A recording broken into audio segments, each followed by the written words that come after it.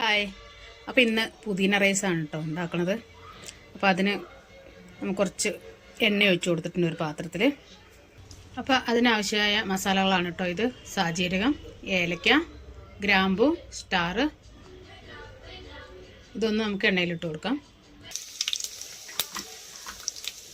ഇതിലോട്ട് സവോളയും കൂടി ഇട്ട് കൊടുക്കുന്നുണ്ട്.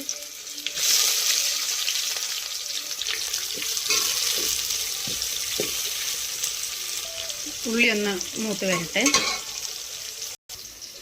ഈ സാധനത്തിന് എന്താണ് നമ്മളുടെ അടുത്ത് പറയുക എന്നറിയോ? അപ്പം ഇതിൻ്റെ പേരറിയുന്നവരൊന്ന് കമൻറ്റ് ചെയ്യണം കേട്ടോ. കോമൻറ്റ് ബോക്സിൽ ഒന്ന് കമൻറ്റ് ചെയ്യണേ. ഇവിടെ ഇതിന് തോക്കമിരിയാൽ എന്ന് പറയും. പക്ഷെ എന്താണ് നാട്ടിൽ പറയുക എന്നുള്ളത് എനിക്കറിയില്ല. ഇത് ഞാൻ ഇവിടെ സൂപ്പർ മാർക്കറ്റിൽ നിന്ന് വാങ്ങിച്ചതാണ്.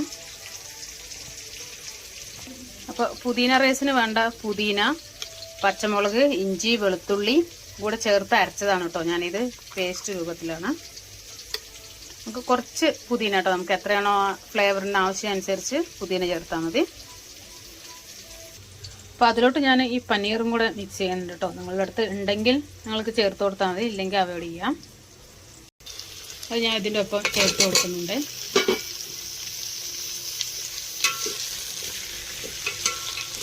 ഇതൊന്ന് നന്നായി ഫ്രൈ ആയി വരുന്നവരെ നമുക്കൊന്ന് ഇളക്കി കൊടുക്കാം. ഞാനപ്പോൾ ഈ റൈസാണ് കേട്ടോ എടുത്തിരിക്കുന്നത്. ഇവിടുത്തെ സോനാ മസൂരി റൈസാണിത്. നമ്മൾക്ക് ഈ റൈസാണ് ഇവിടെ കൂടുതലായിട്ട് കിട്ടുന്നത്. ഇത് വെച്ചിട്ടാണ് ഉണ്ടാക്കുന്നത്.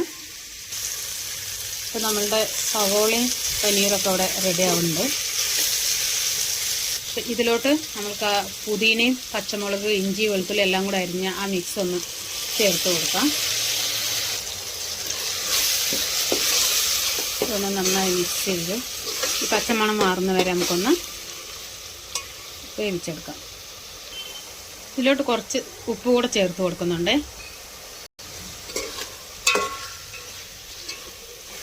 എല്ലാവരും ഒന്ന് ട്രൈ ചെയ്ത് നോക്കണേ. ഇപ്പം നമ്മൾ എത്രയാണോ അരി എടുക്കണേ അതിൻ്റെ ഡബിള് വെള്ളം ഒഴിക്കും. ഞാൻ 2 ഗ്ലാസ് അരിയാണെങ്കിൽ ഒരു 3-3.25 ഗ്ലാസ്സോളം വെള്ളം ഒഴിക്കാറുണ്ട്. അപ്പം എത്രയാണോ അരി എടുക്കുന്നത് അതിനനുസരിച്ചിട്ട് വെള്ളം ഒഴിച്ച് കൊടുക്കണം.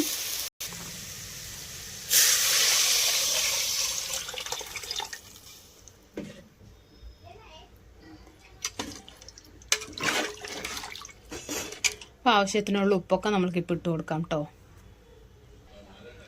ഞാൻ കുറച്ചുകൂടെ ഉപ്പിട്ട് കൊടുക്കുന്നുണ്ട്. നമുക്കിതൊന്ന് അടച്ച് വയ്ക്കാം. അടച്ച് ഇതൊന്ന് നന്നായി തിളച്ച് വരുന്നവരെ വെയിറ്റ് ചെയ്യാം.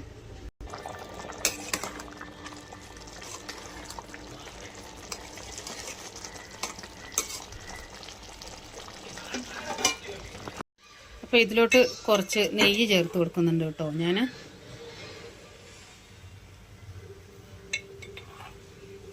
ഒരു 1.5 സ്പൂണോളം നെയ്യ് ചേർത്ത് കൊടുക്കുന്നുണ്ട്. മല്ലിയിലയും കൂടെ ഒന്ന് ഇട്ട് കൊടുക്കുന്നുണ്ട്. അപ്പോൾ ഇപ്പോൾ വേണമെങ്കിൽ നമ്മൾക്ക് അണ്ടിപ്പരിപ്പൊക്കെ വറുത്തതൊന്ന് ഇട്ട് കൊടുക്കാം കേട്ടോ. അപ്പോൾ അണ്ടിപ്പരിപ്പും കൂടെ ഒന്ന് ഇട്ട് കൊടുക്കുന്നുണ്ട്.